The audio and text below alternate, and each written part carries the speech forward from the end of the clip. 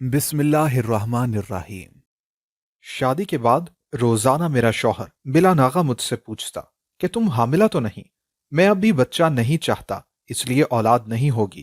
اگر تم حاملہ ہو تو سب سے پہلے مجھے بتانا۔ اور ہر روز شام مجھے اپنے ساتھ ایک ویران جگہ لے آتا اور وہاں بنے ایک خالی کمرے میں بند کر دیتا۔ اس کمرے میں کچھ بہت عجیب ہوتا کہ جیسے ہی میں کمرے میں داخل ہوتی مجھے نیند آنے لگتی اور میں گہری نیند میں چلی جاتی۔ اگلے دن میری آنکھ کھلتی تو میں اپنے گھر کے آرام دہ بستر پر موجود ہوتی اور مجھے کچھ یاد نہ ہوتا۔ میرے ساس سسر مجھے نفرت سے دیکھتے، اس حد تک کہ میری ساس نے مجھ سے بات چیت تک بند کر دی تھی اور گھر کے کاموں کے لیے ایک خاص ملازمہ رکھی جو ہر وقت گھر میں اپنے آپ کو چادر میں چھپا کر رکھتی کہ ہاتھ پیر بھی نہ دکھتے۔ بعد میں پتا چلا کہ وہ ملازمہ گونگی ہے، لیکن میری حیرت کی انتہا نہ رہی جب میں نے ایک دن اسے اپنے سسر سے راز کی باتیں کرتے سنا، جسے سنتے ہی مجھ پر آسمان ٹوٹ پڑا۔ میں وہ حقیقت سنتے ہی دنگ رہ گئی۔ اپنے شوہر کو بتانا چاہی تو اس نے جھڑک دیا۔ میں بڑی پریشان تھی۔ جب میں حاملہ ہو گئی، میرے شوہر کو جیسے ہی یہ بات پتا چلی اس نے میرا حمل ضائع کروا دیا۔ میں بہت روئی اور پھر ایسا 3 بار ہوا جب میرے شوہر نے میرا بچہ ضائع کروا دیا۔ چوتھی مرتبہ پر جب میں حاملہ ہوئی تو میں نے یہ راز اپنے شوہر سے چھپا لیا اور اس کو نہیں بتایا کہ میں حاملہ ہوں۔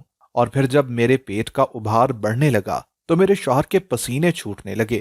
وہ میرے سامنے رونے لگا کہ اگر یہ بچہ ہو گیا تو وہ کسی کو منہ دکھانے کے قابل نہ رہے گا، کیونکہ میرے بچے تو۔ اس سے آگے وہ بات ادھوری چھوڑ دیتا اور میں پریشان ہو جاتی کہ وہ ایسا آخر کیوں کرتا ہے، بھلا بچہ ہونے سے کیسے؟ لیکن اس بار اپنے شوہر کی لاکھ کوششوں کے باوجود میں نے اپنے بچے کو بچا لیا تھا۔ لیکن جیسے جیسے ڈیلیوری کے دن قریب آنے لگے میرے شوہر کی حالت خراب سے خراب تر ہونے لگی۔ جب ڈیلیوری کا دن آیا تو ڈاکٹر نے جوں ہی میرا نام رضیہ ہے، میں لاہور کی رہنے والی ہوں، میری تعلیم 10ویں جماعت تک ہے، مجھے پڑھنے کا بہت شوق تھا۔ میری ماں بھی کافی پڑھی لکھی تھی پر ابا ان پڑھ تھے۔ ابا کا اپنا بڑا تجارتی کاروبار تھا۔ میرے ماں باپ میں بہت محبت تھی لیکن نہ اتفاقیاں بھی بہت تھیں۔ میرے ماں باپ کا اکثر و بیشتر جھگڑا بھی ہوتا تھا کیونکہ ہم لوگ جس برادری سے تعلق رکھتے تھے ان کی کچھ روایات تھیں جو علم و شعور ہونے کی وجہ سے اماں کو قطعی طور پر قبول نہ تھیں اور کسی صورت اپنی خاندانی روایات کے خلاف نہیں جانے دیتے تھے۔ ان کا کہنا تھا کہ ہمارے بزرگوں نے بہت سوچ سمجھ کر یہ روایات بنائی ہیں جنہیں توڑ کر وہ گناہ کے مرتکب نہیں ہو سکتے، لیکن جن روایات کا دین سے کوئی تعلق ہی نہیں ان کا بھلا تک کیا تھا۔ لیکن ابا کی یہ بات اور جیسے برادری کے ہر مرد کی سوچ سے پرے تھی، اس حد تک کہ اپنی اولادوں میں شعور بیدار کرنے والی مائیں بھی اسی بوسیدہ روایت کی پیروکار تھیں جن میں یہ 3 روایات افضل تھیں۔ پہلا یہ کہ بیٹی کی شادی برادری کے ہی کسی لڑکے یا مرد سے ہوگی، غیر برادری سے لڑکی آ تو سکتی ہے جیسے میری اماں آئی تھی لیکن جا نہیں سکتی۔ پھر چاہے برادری میں شادی کا جوڑ ہو یا نہ ہو، عمر کا فرق بھی پھر بھلا دیا جاتا تھا۔ بس جیسے ہی لڑکی 18 سال کی ہوتی اسے برادری کے کسی لڑکے کے ساتھ باندھ دیا جاتا۔ اگر کوئی لڑکی اپنے قدم باہر اٹھا لے تو یا تو اسے برادری اور گھر سے تمام رشتے ختم کر دیے جاتے تھے یا پھر برادری کی عظمت اور غیرت کے عوض اسے مار دیا جاتا تھا۔ دوسری رسم عورتوں کی تعلیم سے انکار تھا۔ ہماری برادری میں عورت کی تعلیم کو غیر ضروری مانا جاتا تھا اور اگر لڑکی زیادہ پڑھ لے تو اسے برا سمجھا جاتا تھا۔ وجہ یہ تھی کہ زیادہ تعلیم حاصل کرنے کے بعد عورت خود کفیل ہو جاتی تھی اور پھر مردوں کے سامنے زبان کھولتی تھی، جیسے میری ماں میرے باپ کے مقابل آ کھڑی ہوئی تھی۔ عورتوں کے جاہل ہونے کی وجہ سے ہی آج بھی برادری انہی گندی رسومات پر اٹکی ہوئی تھی۔ تیسری اور سب سے اذیتناک رسم کہ کچھ بھی ہو جائے عورت نہ خلا لے سکتی تھی نہ ہی اسے طلاق دی جاتی تھی۔ اگر عورت ناپسند بھی ہو تو اسے زندگی سے تو نکال دیا جاتا تھا کہ وہ ساری زندگی شوہر کے نام پر بیٹھے، پر طلاق یا خلا نہیں۔ ان کا کہنا تھا کہ ڈولی باپ کے گھر سے نکلی ہے تو ڈولی شوہر کے گھر سے ہی اٹھے۔ شریعت میں، اسلام میں جو عورت کو حق دیا گیا تھا وہ یکسر چھین لیا گیا تھا۔ شوہر اگر مار پیٹ تشدد بھی کرے تو شوہر کے نام سے ہی زندگی گزارنا فرض تھا۔ لیکن میری امی ان تمام رسومات کے سخت خلاف تھیں۔ لیکن کب تک خلاف رہتی تھیں تو وہ عورت؟ لیکن اماں کی باتوں سے ابا کی سوچ میں مثبت تبدیلی ضرور آئی تھی، لیکن تھے وہ ایک روایتی مرد تھی۔ میری تعلیم کے معاملے میں 10ویں کے بعد امی کی نہیں چلی۔ ابا سے لاکھ جھگڑے کے باوجود ابا نے میری تعلیم ختم کروا دی اور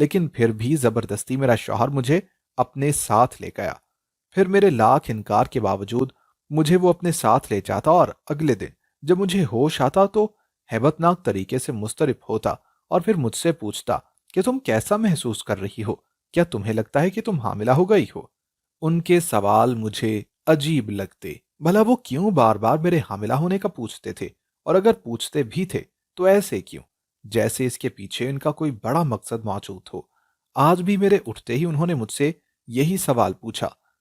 میں جواب دینے ہی والی تھی کہ جب مجھے اچانک ابکائی آ گئی۔ میں باتھ روم میں بھاگی تو میرا شوہر بھی میرے پیچھے آ گیا۔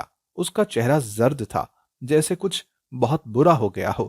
جب میرے باہر نکلتے ہی وہ بولا کہ تیار ہو جاؤ، ہمیں ہسپتال جانا ہے۔ میں بڑی حیران ہوئی اور کہا کہ صرف الٹی ہی تو آئی ہے، پر وہ مجھے زبردستی اپنے ساتھ لے گئے۔ ہسپتال لے جا کر میرا چیک اپ کروایا۔ چیک اپ کے بعد ڈاکٹر نے خوشخبری سنائی کہ میں حاملہ ہوں۔ یہ سنتے ہی میرے شوہر کے ہاتھ پاؤں کانپنے لگے۔ میں اپنے شوہر کو دیکھ کر حیران اور پریشان رہ گئی کہ بچہ ہونے کی خبر پر تو انہیں خوش ہو جانا چاہیے تھا، پھر وہ اتنے ڈرے ہوئے کیوں تھے؟ میں یہی سب سوچ رہی تھی کہ جب میرے شوہر نے جو کہا وہ سنتے ہی میرے پیروں تلے سے زمین نکل گئی۔ میرے شوہر نے میرا حمل میرے رونے اور میرے منع کرنے کے باوجود ضائع کروا دیا تھا اور پوچھنے پر بولے کہ میں مجبور ہوں۔ میں بہت روئی کہ بھلا یہ کون سی مجبوری ہے جو اپنے ہی بچے کا قتل؟ میں بہت اذیت میں تھی۔ اب میرا شوہر مجھے اپنے ساتھ اس کمرے میں نہیں لے جا رہا تھا۔ میرے رونے پر میرے شوہر نے مجھے دھمکی دی کہ اگر میں نے یہ بات کسی کو بھی بتائی تو وہ خودکشی کر لیں گے، اسی لیے میں اپنے بچے کا خیال دل میں دبا کر خاموش ہو گئی۔ اس کے بعد میں سال بھر میں 3 بار حاملہ ہوئی اور میرے شوہر نے تینوں بار میرا حمل ضائع کروا دیا۔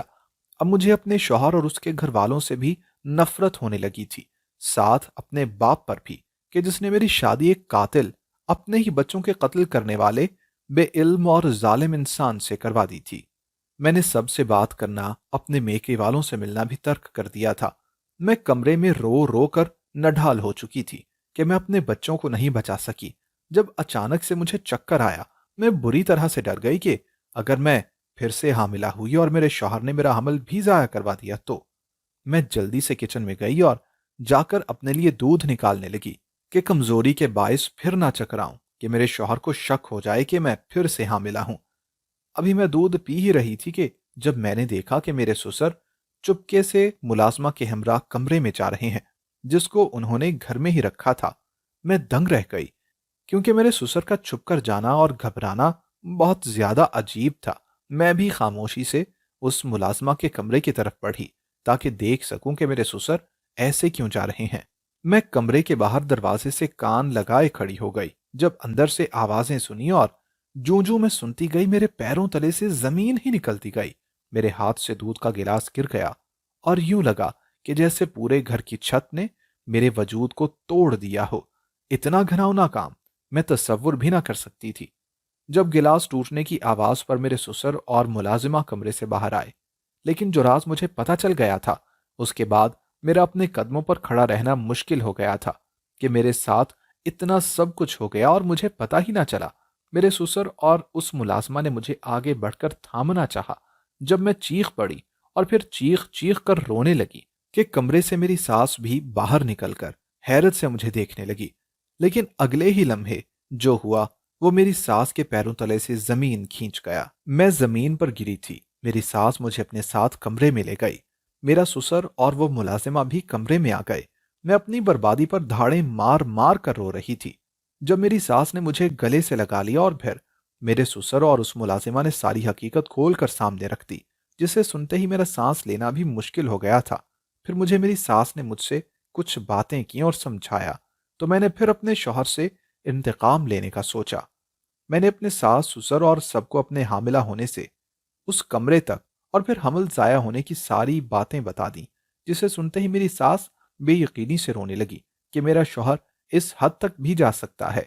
اس کے بعد ہم سب نے مل کر ناٹک شروع کر دیا اور میرے شوہر کو میرے حاملہ ہونے کا نہ بتایا، لیکن وقت گزرنے کے ساتھ ساتھ جوں جوں میرا پیٹ بڑھنے لگا، میرا شوہر پریشان ہو گیا اور مجھے زبردستی جلدی سے ہسپتال لے گیا۔ ڈاکٹر سے حمل ضائع کرنے کا کہا تو اس نے صاف منع کر دیا اور کہا کہ اگر اب حمل ضائع ہوا تو لڑکی مر جائے گی، یہ سنتے ہی میرا شوہر سر پکڑتے ہوئے رونے لگا اور بولا کہ اگر یہ بچہ اس دنیا میں آ گیا تو میں کسی کو منہ دکھانے کے قابل نہ رہوں گا۔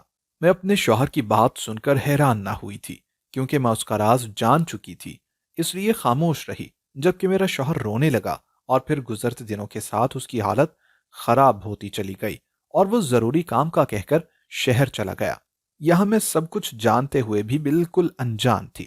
جب میری ڈیلیوری کے دن قریب آئے، میرا شوہر شہر واپس آیا تو اس کی حالت خاصی خراب تھی، صدیوں کا مسافر لگ رہا تھا۔ میری ڈیلیوری کا دن آیا اور ہم ہسپتال گئے تو اندر ڈاکٹر نے مجھے چیک کیا، اور جب آدھے گھنٹے کے بعد میری گود میں میرا بچہ لا کر رکھا گیا تو بتایا کہ میرا بچہ اندھا پیدا ہوا ہے۔ یہ سنتے ہی ایک ماتم سمجھ گیا، جب میرا شوہر گھٹنوں کے بل نیچے بیٹھ کر زور زور سے رونے لگا اور مجھ سے ہاتھ جوڑ کر معافی مانگنے لگا، ساتھ ہی اپنے سارے گناہ قبول کر لیے۔ تبھی کمرے میں آتے ملازمہ نے بھی اپنا نقاب اتار دیا، جسے دیکھتے ہی اب میرے شوہر کے قدموں تلے زمین کھسکی تھی اور پھر وہ ڈھیر ہوتا چلا گیا تھا، کیونکہ کمرے میں داخل ہونے والی لڑکی کوئی اور نہیں بلکہ میرے شوہر کی۔ میرے شوہر اپنے دوستوں کے ساتھ کچھ سال پہلے شہر گئے تھے، وہاں ہنزا کی وادیوں میں گھومتے انہیں وہاں ایک لڑکی ملی تھی۔ وہ جس کاٹیج میں ٹھہرے تھے وہ لڑکی وہاں کھانا بناتی تھی۔ وہ لڑکی بلا کی حسین تھی، بالکل کشمیری سیب کی طرح۔ جب میرے شوہر کو وہ پسند آ گئی، لیکن وہ بہت معصوم تھی اور ساتھ سمجھدار بھی۔ اس نے میرے شوہر کو ایک لمٹ سے آگے نہ بڑھنے دیا۔ جہاں میرے شوہر ہوتے وہ وہاں سے راستہ بدل لیتی، جبکہ میرے شوہر کو اس سے شدید قسم کی محبت ہو گئی تھی کہ وہ برادری کی روایت بھی بھول گئے تھے، اور پھر ہنزا کی وادیوں میں ہی اس کے باپ سے رشتے کے متعلق بات کر کے اس سے نکاح کر لیا۔ اس لڑکی کے بوڑھے باپ کو بھی اعتراض نہ ہوا کہ وہ ذمہ داری سے سبکدوش ہو جائیں گے۔ شادی کے 2 ماہ تک میرے شوہر اس لڑکی کے ساتھ رہے، جب گاؤں کے بلاوے پر انہیں جانا پڑا اور وہ واپس آنے کا وعدہ کر کے گاؤں چلے گئے۔ یہاں ان کی پہلی بیوی انتظار کرنے لگی اور اس انتظار کا عرصہ طویل تر ہوتا چلا گیا اور وہ ایک بچے کو جنم دے گئی، لیکن وہ واپس نہ لوٹے، ساتھ ہی اسے اپنے نام کے ساتھ باندھ رکھا۔ دوسری طرف میرا شوہر بری طرح سے پریشان تھا کہ جذبات میں آ کر اتنا بڑا قدم اٹھا تو لیا ہے، لیکن اگر یہ بات برادری میں پتہ چلی تو بہت برا ہوگا۔ اسی بزدلی کی وجہ سے وہ چھپ گیا اور اس لڑکی کو بے آسرا چھوڑ دیا۔ بچہ جب 3 ماہ کا ہوا تو معلوم پڑا کہ اس کے دل میں سوراخ ہے اور آپریشن ضروری ہے۔ وہ جو سوچ چکی تھی کہ مر جائے گی پر دوبارہ اس انسان کے متعلق نہ سوچے گی، بری طرح تڑپ گئی اور پھر ہر طریقے سے ڈھونڈنے کی کوشش کی۔ جب اللہ کے کرم سے اسے ہنزا میں ان کا دوست نظر آ گیا، کیونکہ وہ تعلیم یافتہ شہری تھا، اس لیے اس لڑکی کی بربادی پر اس کو بڑا رحم آیا۔ اسے میرے شوہر کے گھر پہنچا دیا۔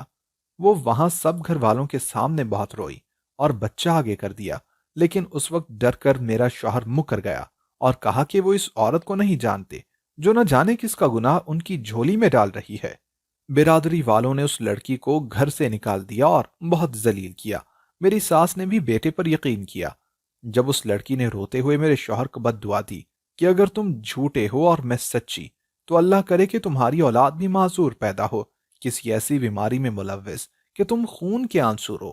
اس وقت اپنا ڈر، اپنی عزت کی اتنی فکر تھی کہ وہ سب فراموش کر دیا گیا، یہاں تک کہ انسانیت بھی، کہ اپنی سگی اولاد پر بھی رحم نہ آیا۔ لیکن میرے سسر کو اس لڑکی پر یقین آ گیا تھا، یا پھر باپ کی زیرک نکاحوں کا نتیجہ تھا۔ اس لڑکی کے باہر نکلتے ہی میرے سسر نے اپنے ملازم سے اسے بلوا کر خاموشی سے اس کے ساتھ ٹھہرا دیا اور سب سے چھپا کر اس بچے کا ڈی این اے کروایا تو معلوم ہوا کہ وہ لڑکی بالکل سچ کہہ رہی تھی۔ اس کے بعد میرے سسر نے اس بچے اور اپنے خاندان کے وارث کا علاج کروایا، لیکن اسے چھپا کر رکھا۔ پھر جانتے بوجھتے میرے شوہر کی شادی مجھ سے کروا دی، اور پھر اسی بد دعا کو لے کر میرا شوہر خوفزدہ تھا، کیونکہ جب وہ لڑکی گھر سے نکل کر گئی تھی تو بعد میں میرے شوہر نے اسے بہت ڈھونڈا تھا اور پھر مکمل طور پر اسے ڈھونڈتے ہی رہے۔ جب ان کے بار بار شہر جانے پر میرے سسر نے غصہ کیا تو وہ مجھے اپنے ساتھ اس ویران کمرے میں لے جاتے اور گھر پر کہتے کہ مجھے میکے لے کر گئے ہیں، جبکہ مجھے اسی کمرے میں ملازمین کی زیر نگرانی چھوڑ کر خود شہر چلے جاتے۔ اسی لیے میری ساس مجھ سے نفرت کرنے لگی تھی کہ میں گھر بنانے والی لڑکی نہیں ہوں، کیونکہ میں گھر میں ہی نہیں رہتی تھی۔